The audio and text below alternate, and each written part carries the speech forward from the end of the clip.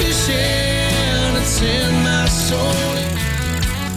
Welcome to the Salt Strong Podcast, disrupting fishing entertainment as you know it. Prepare to laugh. Prepare to get to know fishing legends in a whole new and unfiltered way. And on occasion, you might even learn a thing or two about fishing. Here's your host, Joe Simons. Like diamonds.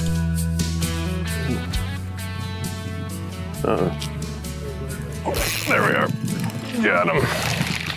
Fish? Oh! What's up, everybody? Joe Simons, Like Diamonds. Luke is on first. Think we've got a snook. We're out here early morning. We're live.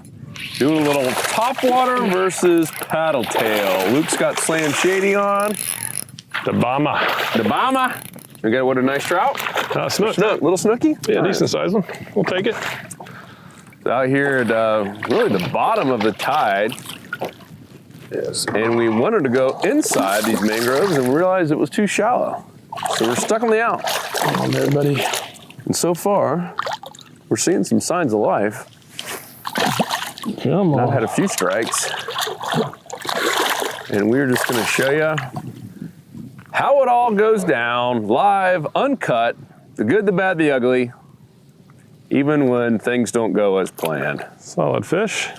Not a giant, but these things sure are fun. And I hit the old bomber and I have it on a weighted hook. Well, oh man, it just went in and got snagged on the line. I had the lure in the water. Having a bad day. I released the snook and it just went and got snagged. Come on there, snook. Case of the Tuesdays. Yeah. There we are. Yeah, that's actually right on his lip, but from the outside in. Come on there, buddy. There we are. This time I'll hold the lure. All right, you can, if you're listening, the sun has not come up yet. It is still, I don't know, it's 6:50 or so in the morning. We've been trying to get out here early. Somebody was late today. Rhymes with Joe. Yes, after the fish, always check the lures. This one kind of did a number on it, so I had to basically redo it. Oh, I heard a pop. The tides are kind of crummy. We're in between the moons, no great water flow, but get out here and we start hearing some fish popping. So started with the snook. Let's see what else we can get. Ooh, one just came right there. So let's talk about the most important thing, which is the spot. Why do we pick this spot, Luke? Because we're out in the middle of just a flat. Yeah, and this has been the trend we've been reporting on in the Insider Club. It's been very, very consistent lately, is just getting out early and getting on these big flats where there's a lot of food. And in this case, there's been a lot of food on this one. And there's a lot of fish for that reason. What kind of food? Anything, right? There's, in this case, there's a lot of mullet. There's also a lot of little small bait fish starting to flow in. And these predators are just out here just feeding, and the best bite has been like right now, like right before the sun crests. They're all around us. So we're out here at the right time, even though we don't have amazing moons. Our current flow is due to the moon phase. The moon was basically like a sliver. Where is it? I saw it earlier. I'm not I sure. can't see it anymore. Must be down behind those clouds. This is when all over the place. Yeah, this is when it's all about just getting out there and covering ground. We pass a lot of people go out in there and catching live bait on the way out, and they're missing the best bite. Poor people. Yeah, the last time we were here in this area, same thing. Like, we were already done. Like, caught, slam, wham, bam, thank you, ma'am. Already on the podcast, and we're pulling out, and there's 3 or 4 boats. Yeah, still sitting there chumming up. Yeah. Sun's already up. I was like, ah. Yeah, live baiters will be out here probably another 30 minutes to an hour, pick up the scraps.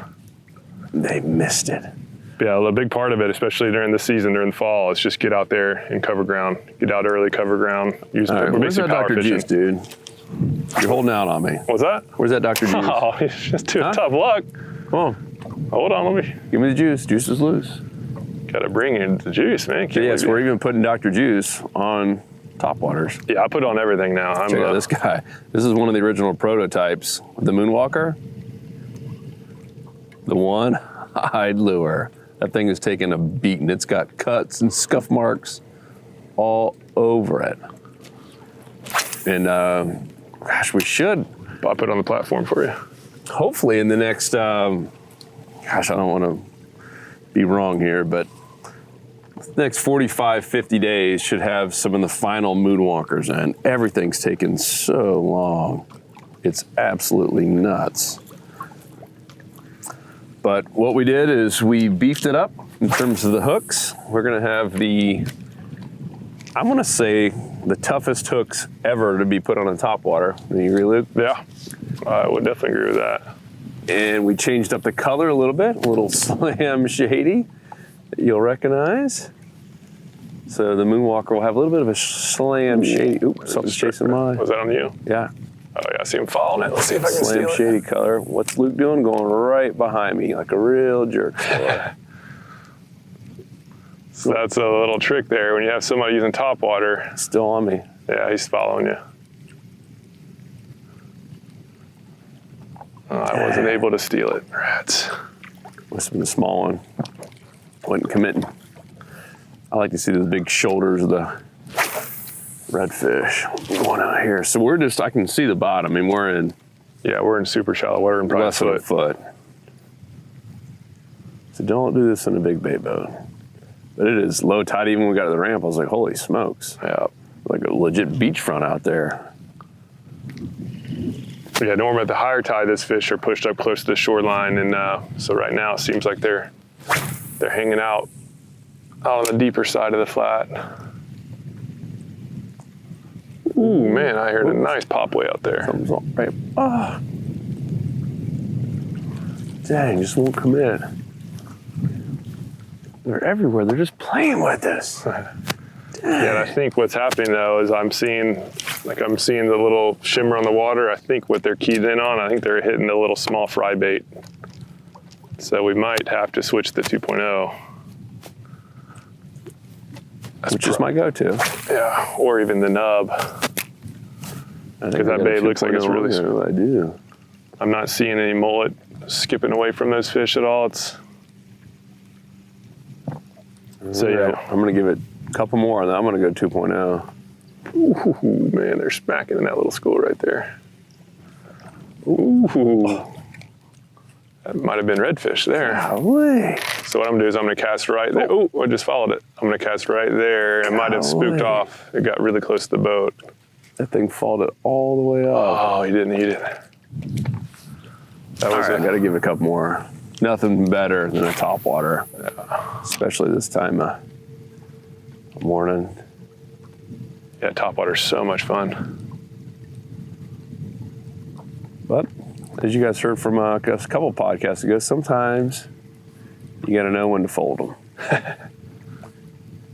Go with subsurface, soft plastic. We did a podcast recently too on shrimp, like when you use the power prawn, because that's becoming one of the top selling lures. Fishstrong.com in our store. I feel like, all right, you guys use Slam Shady a lot, which is our go-to. Oh, Luke's on again. Another snook. It's a little snooky. God, look at all the bait over there. All right, it's my last cast. Fighting like he's bigger than he is. And I'm going to Going under the boat. subsurface.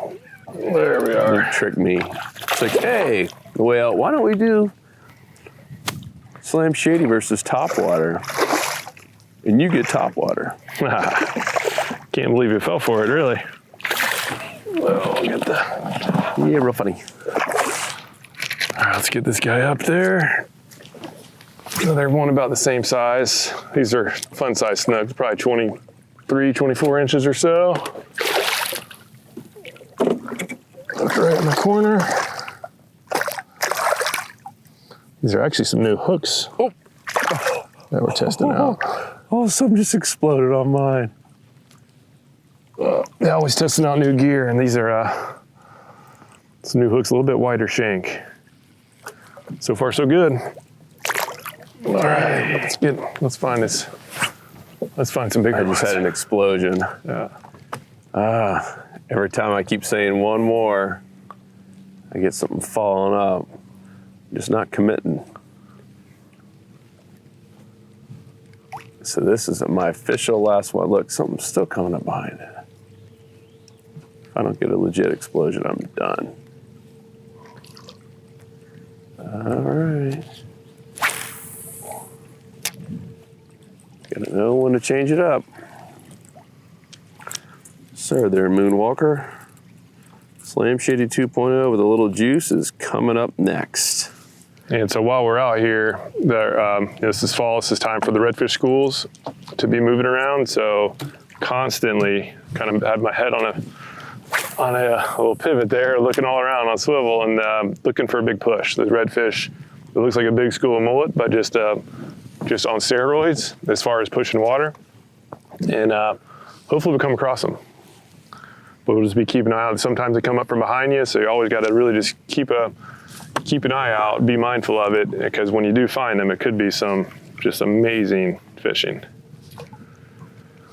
We had our dad out, was it I guess a week and a half ago or so, and yeah, we had multiple doubles, even some triples. It was insane.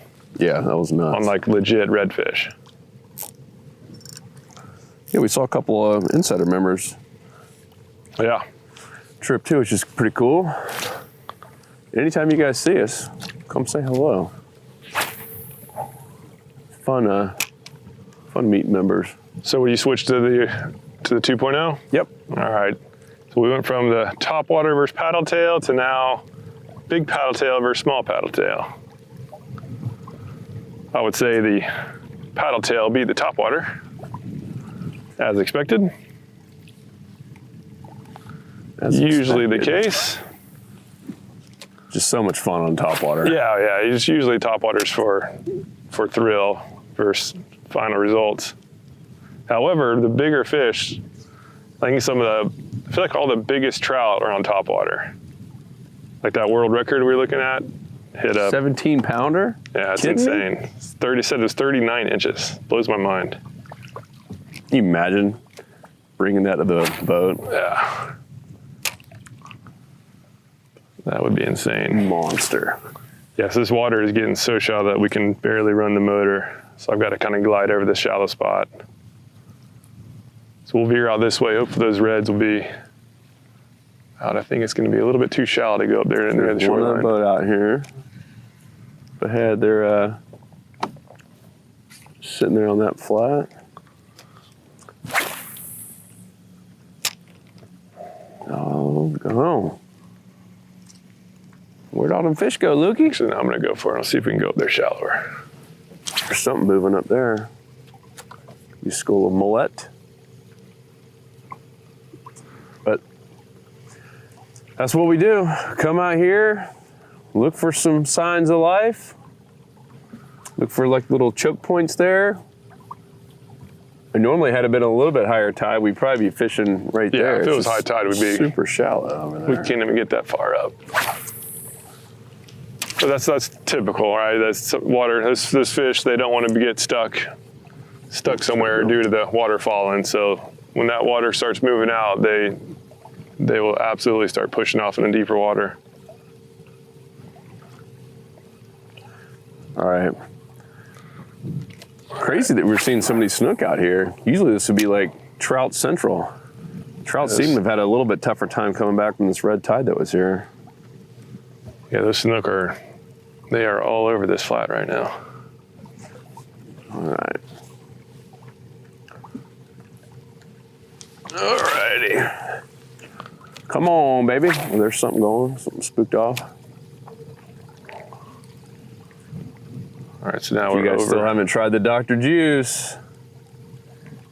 We've got some pretty crazy videos we've been releasing here with it. Absolutely love that stuff. Man, look at all the little small bait over here. That's just what they're feeding on. That's huh? what they're chewing on. You might even want to take the tail off there if we get into them again and don't get any strikes. Just take that tail off. Yeah. It's crazy how that little nub lure is basically, the nub is basically the paddle tail. So most paddle, like the paddle tails we do, we get them purposely designed so that they're aerodynamic in the water, right? So like there's no flat head on there. It's a nice pointed head, so that even without the tail, you can chop this tail off, and now you have like a jerk bait, like a jerk shad. It does nice darts in the water, and And on situations like this, like Joe has the smaller paddle tail, it's 3.5 inches, and you take that tail off, now you have, you know, like a 2-inch bait. But it's what? tougher to power fish. Because Yeah, you're now having you're using it's basically a little jerk shad. Yeah, you have to start slowing it down. So that's why I only use it when like fish are feeding on little bait fish like that, and they're feeding in schools, or they're feeding like right up against the mangroves. It's dynamite. That was when I had an awesome week a couple weeks ago. Awesome day on the water. Snook were fired up, and there were redfish in there too, and trout, and they wouldn't hit anything. I caught a couple, but like they weren't like actually like constantly hitting until I went to the nub, and they started just hammering it. The nub. Yeah, I'm just not seeing any mullet jumping over here. Yeah, it was more fishy out there in the deeper side. So that's where we're going. Is pivot again. Pretty simple. Follow the sounds. As you're out here, just look around. And if you're not, I mean, there's a bird up there. Look for life. And quite honestly, if you don't see enough of it, move. Ooh, right there. Look at that. Oh yeah. That might be a shark. It was moving kind of quick, but that's a big fish. Ooh, let's see what that is. Dang, can you see that, Joel? That wake, it looks like two things up there. Could be two little bonnet heads or something. Yeah, it was moving real fast. But either way, that's even seeing sharks is a good sign, right? You know there's life. We obviously already know there's life there. We've got a couple fish, and this snook were popping. But seeing any sort of movement is enough to slow down and make some more casts. Mm-hmm. Yep. Whatever that was at least 2.5, 3 feet, maybe more.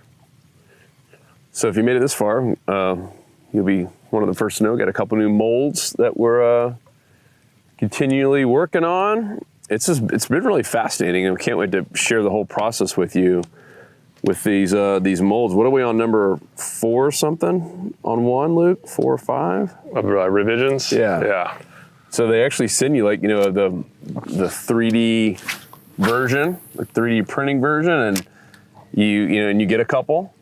Yeah, and it's the actual mold too. It's like just a single cavity mold, and that way you can, you got something on you. Yeah. That way you can test it out, make sure it looks right in the water, and we've just been very picky, as we are with everything we put Salt Strong name on, and so this next round should be it though. The other one was almost perfect. It didn't have, this is a shrimp lure, and it didn't have the right glide in the water. Ooh, we just spooked a redfish up there.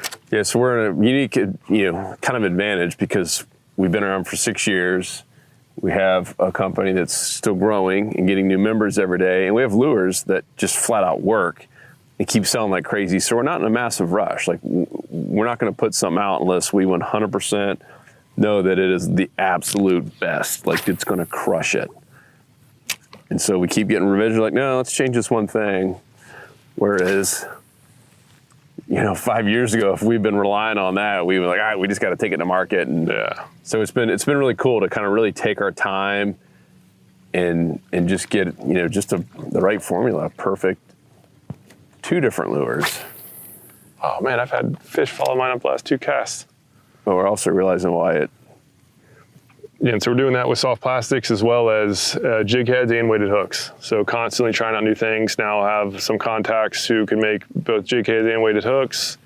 And it's just always looking for just whatever little small tweaks that make a big impact. And so that's what I'm just testing out a new one right here today.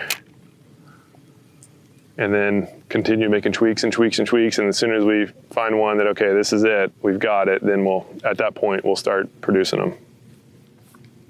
This stuff ain't cheap though. Just for one mold, like $15,000, which now we're realizing why more people don't do that, right? I mean, there we are. Oh, got off and almost hooked Joel over there. What was it? Can you tell? I couldn't tell, but it was a solid fish. Oh, always solid when you miss them. That was right at the boat too. That was very close. Yeah, it followed it up. I had a couple follows, and I started doing a little pause and twitch right before the boat, and that one came up and slapped it. Whoa, there we go. Oh, that might be a trout. It's biting, little trouty. No, that was a snook. Or if that was a trout, that was a giant trout. That was a snook. All right, so the Joe Meister just lost one at the boat. Does not count. Although my confidence is higher. It's got a strike there. So what was funny, I've been just doing straight retrieve this whole time because we're so shallow. I paused it because Luke had just said and I was about to say something and that thing hit. So I did little pop, little pause. Always smart to test out different retrieves. And the importance of testing and listening to see if someone on the boat's catching more than you, watch what they're doing. We talked about that with depth control on the one. Yeah. And then you also have cadence, AKA your retrieve speed and letting it drop. That drop is so powerful. And that's, a hit there. That's why these Paddletails are so cool. You know, and you see them in the water and they drop and all of a sudden it's sinking and just even putting out more force, more vibration. Yeah, it really is. It really is hard to beat. I mean, it's no shock why, interviewed a lot of people in the podcast and filmed with a lot of different professionals. And I can't think of any that didn't say a Paddletail as their number one, just go-to lure for just covering it all, right? Like if you're going to go in a new spot and like, what would you have the most confidence in? And the answer is Paddletail. Yep. They just flat out work. And we asked them if you can only have one color. Most people said white, which is why Slam Shitty works so well. You got white plus there we are. The gold and silver trout flakes. That's the trout there. All right, so now we need a redfish and we'll have our Slam. Good job, Luke. Not a giant one, but someone's catching some fish here. Came up and smacked it. Come on there, fella. Oh, quick release. So one thing I've been doing, and I learned this from Peter Deeks, who's just an awesome live bait guy, is out here we have mostly snook and trout and redfish and smaller snook, but there's going to be some bigger ones. At least there's definitely some bigger ones, and you have a pretty good shot at getting them. So I have a stronger business end right there. So I have a 2-foot leader, probably a little bit more than 2 feet, and it's 20-pound leader, and then this bottom section is 30. So I've had a ton of big snook chew through 20. This is mono, not fluoro. I don't like fluoro. Mono's a lot tougher for abrasion, and so this 30's there to withstand the bigger fish that come up and eat. What brand mono are you using now? Still just use Andy. Yeah. Just basic, but again, all of them work. So much bad information out there about fluoro. And it's one of those that, like, newer anglers especially, they're like, oh man, I gotta have that fluoro. And they go buy fluoro leader line. You just don't need it. We did, so we know, we get it. Just don't need it. 100%. Ooh, look at that fish. Oh my gosh, that's a big something coming right at us. Joel, can you see this? I'm not gonna move, but that thing is throwing like a legit wake. See, I can't tell which way it went. That is a very, very big fish. Ooh, man. Yeah, that was a big fish, dude. It hasn't spooked off, so it's around here somewhere. Let's see if we can get that one to eat. I'm going deep. You went that way. Ooh, that was a big fish. That was definitely not a 20-inch fish there. That was an overslot something, or maybe possibly a shark. That one was swimming more like a red. Sharks kind of do like darting, and they kind of turn directions pretty frequently. Ooh, that was a big fish. Yeah, it was. Whew, I got the heart racing. But anyhow, you don't need the fluoro. And it's funny. I mean, a lot of it comes down to marketing, just like most things in life. But you ask some of these companies, like kind of like back up, hey, yeah, you say it could be more abrasion resistant, and there's no real studies on it, except like the ones that we're doing. Yeah. It's really crazy.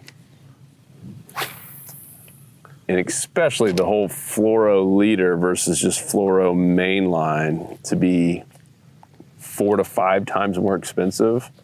And it appears to kind of be the... More than that. Depending on what the brand it is.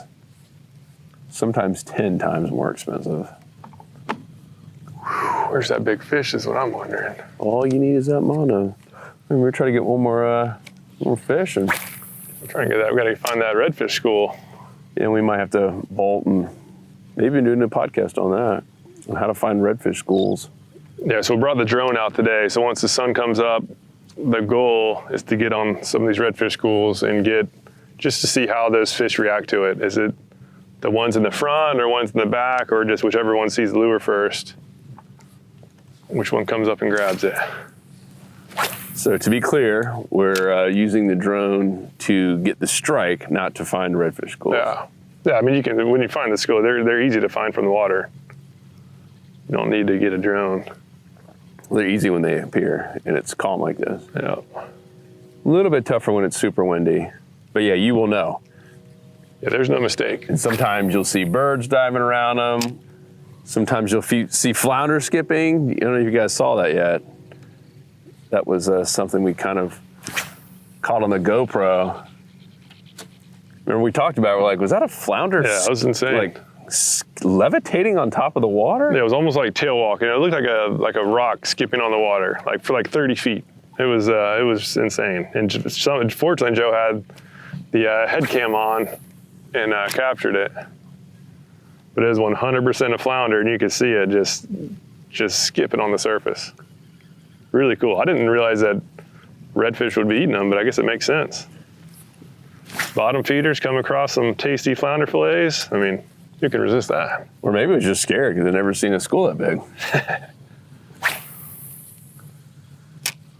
Right? I mean, if you're sitting there and, Yeah. ooh, There was something. all of a sudden you basically see like a herd of elephants coming behind you, I'd be running too. Yeah.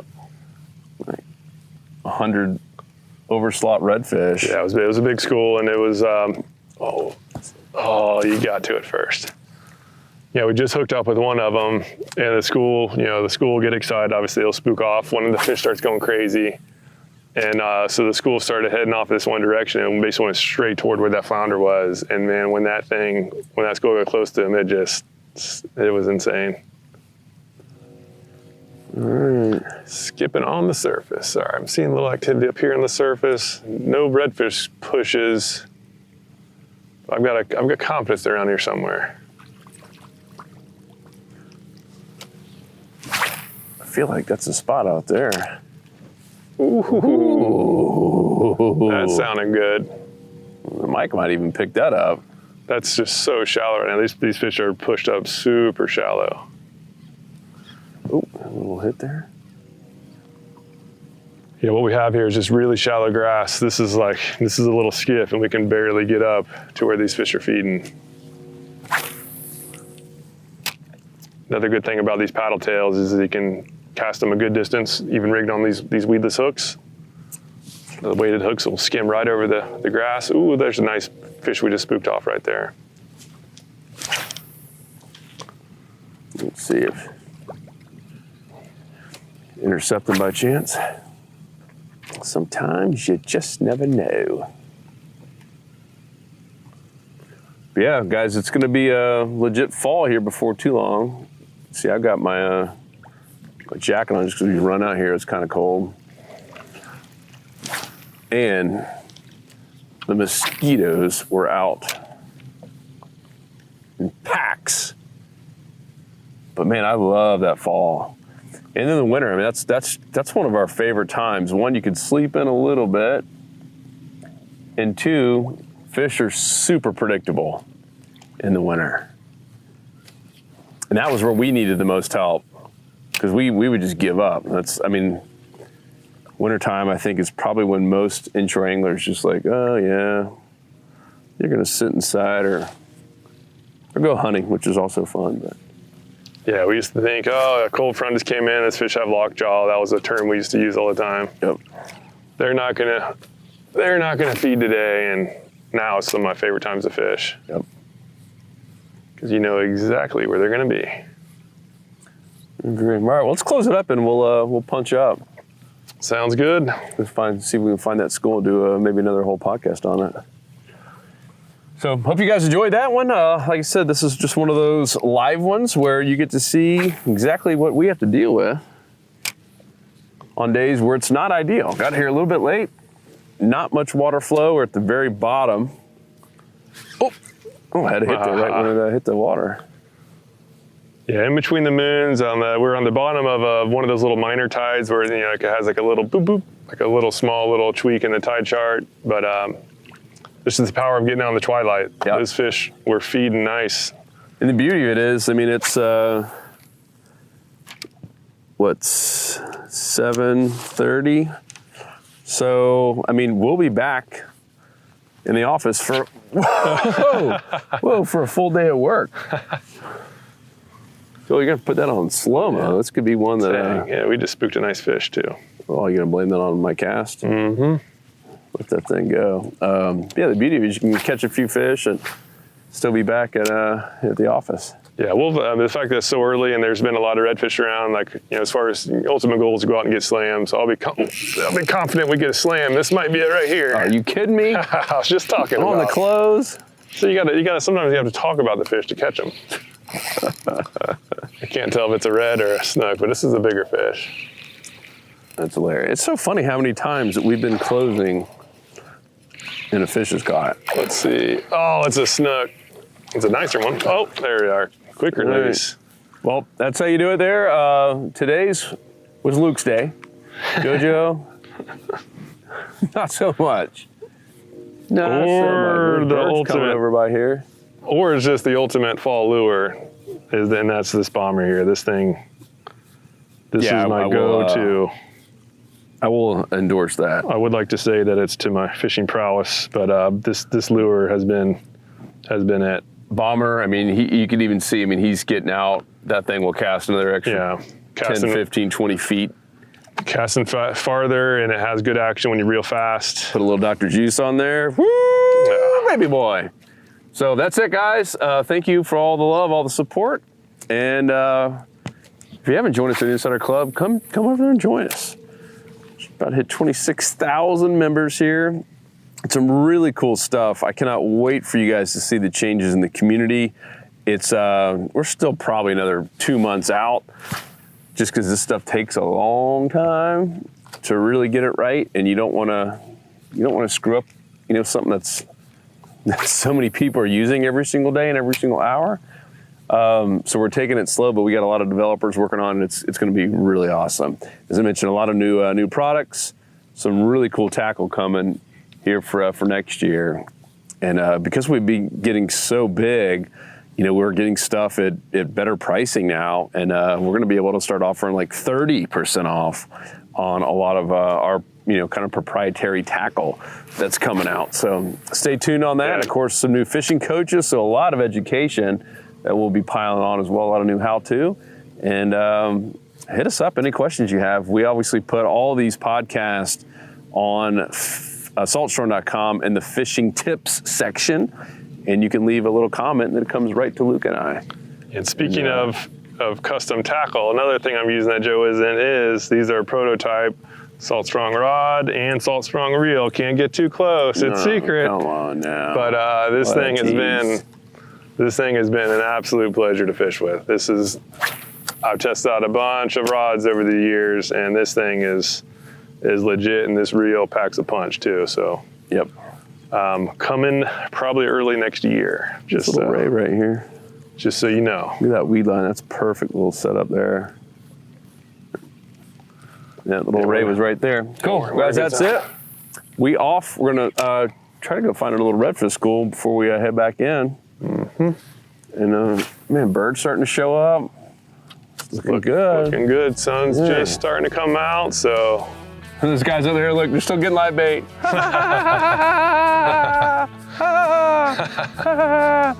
right, on that note, we out. Peace. 'Cause fishing, it's in my soul. It was passed down to me from the days of old. To find us on the water, if there was a way. It's been said my papa, he wrote the book on catching big reds and 20-pound snook. I wish I knew all the things he knew today. For he's the reason why we are